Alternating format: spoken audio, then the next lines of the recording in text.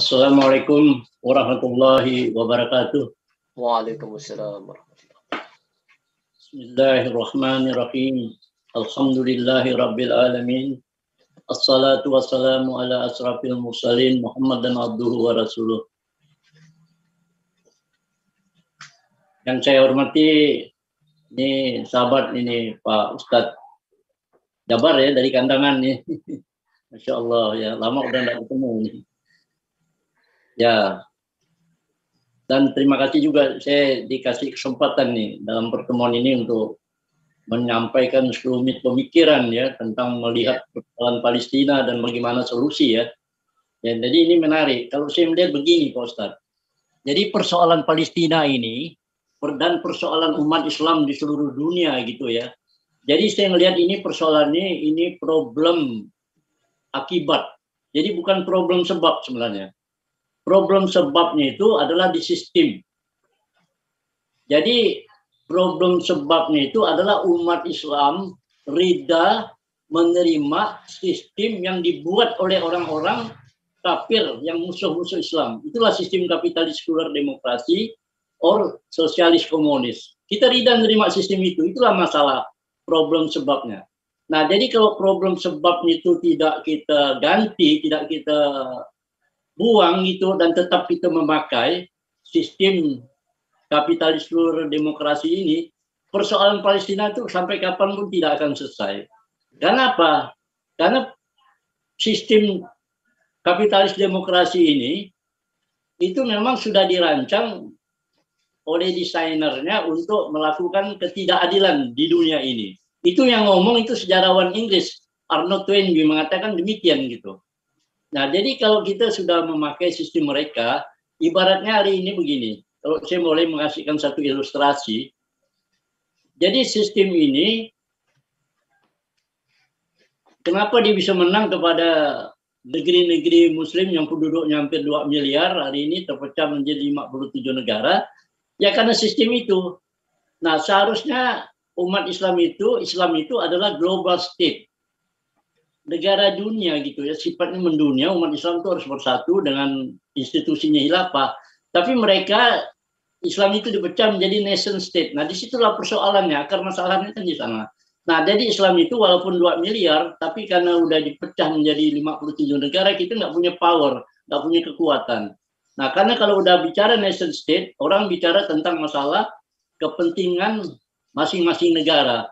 Jadi persaudaraan itu bersifat teritorial. Padahal dalam Islam persaudaraan itu adalah akidah. Nah, disitulah persoalannya. Jadi desain Allah itu dirubah oleh desain manusia. Yang merubah ini adalah orang-orang Yahudi dan Nasara itu sendiri. Dan kita ikut terlibat, ikut permainan mereka gitu. Ya, jadi ibaratnya hari ini kalau kita melihat umat Islam hari ini itu menari di panggung-panggung orang lain gitu. Kita tidak menari di panggung kita sendiri. Nah, kalau kita menari di panggung orang lain, lantainya itu sudah didesain sedemikian rupa, sehingga tarian kita pasti tidak bagus itu, kalah terus gitu menari gitu. Nah, padahal di lantai sebelah, mereka lantai ini stabil gitu. Nah, disitulah yang kita mesti memahami gitu. As long as kita memakai sistem yang dibuat oleh orang-orang kafir, selama itulah umat Islam tidak akan menjadi winner, tidak akan menjadi pemenang. Nah, saya kasih ilustrasi yang kedua gitu. Coba kita melihat, ya, tidak ada bandar judi itu yang kalah. Baik itu kalau kita lihat di Amerika Serikat, di Las Vegas, atau di Malaysia, di Genting Krak, itu semua bandar judinya kaya raya, itu nggak ada yang kalah dia. Kenapa? Mesinnya sudah disetting gitu. Nah, kalaupun ada para pemain judi itu yang menang gitu, itu cuma pemanis penipuan gitu, seolah-olah dia akan membuat satu image ya setiap penjudi itu ya kalah menang itu soal biasa.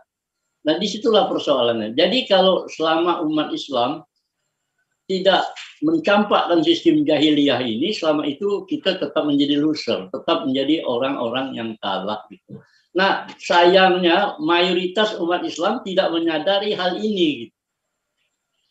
Tidak menyadari, kebanyakan mayoritas umat Islam tidak menyadari hal ini. Inilah tugas kita bersama untuk memahami kepada mereka semua, ya, supaya mereka paham dengan persoalan-persoalan ini.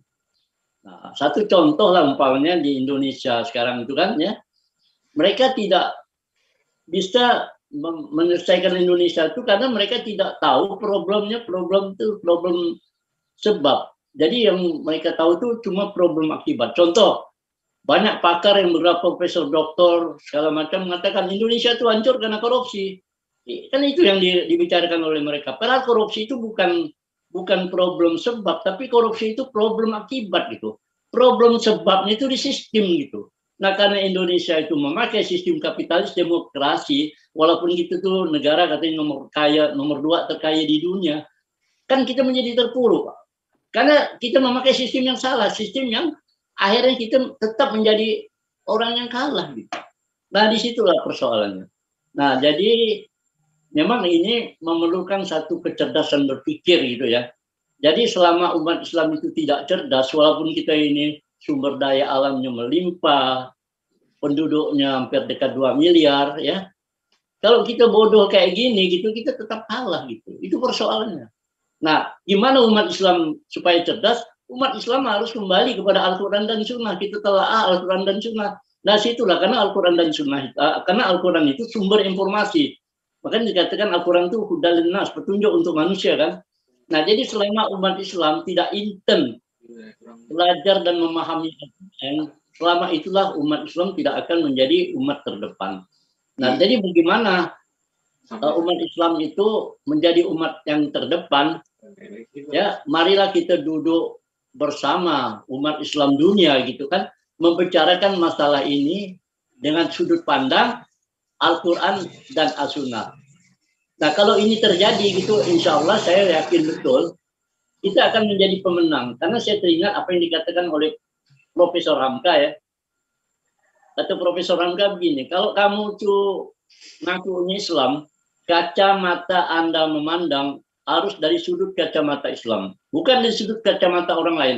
Nah, celakanya hari ini umat Islam itu memandang segala sesuatu tidak dari kacamata itu, dari kacamata orang lain. Disitulah menjadi persoalan besarnya.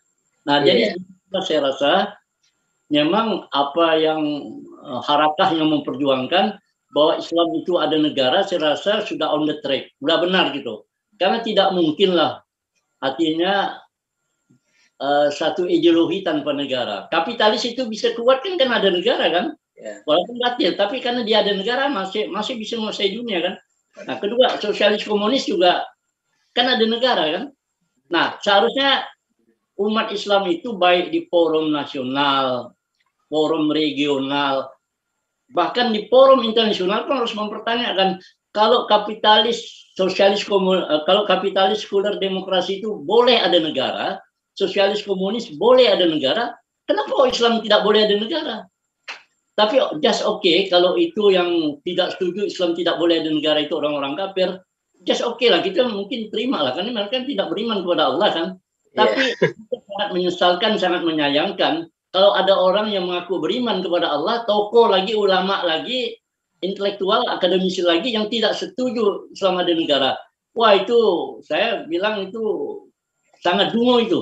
Kalau ini istilahnya Rocky Gerung. Ini very stupid orang Inggris bilang, ini sangat dungu gitu. Nah, saya rasa barangkali seluruh pemikiran yang saya akan sampaikan hari ini. Ustaz, ya. Terima kasih. Assalamualaikum warahmatullahi wabarakatuh.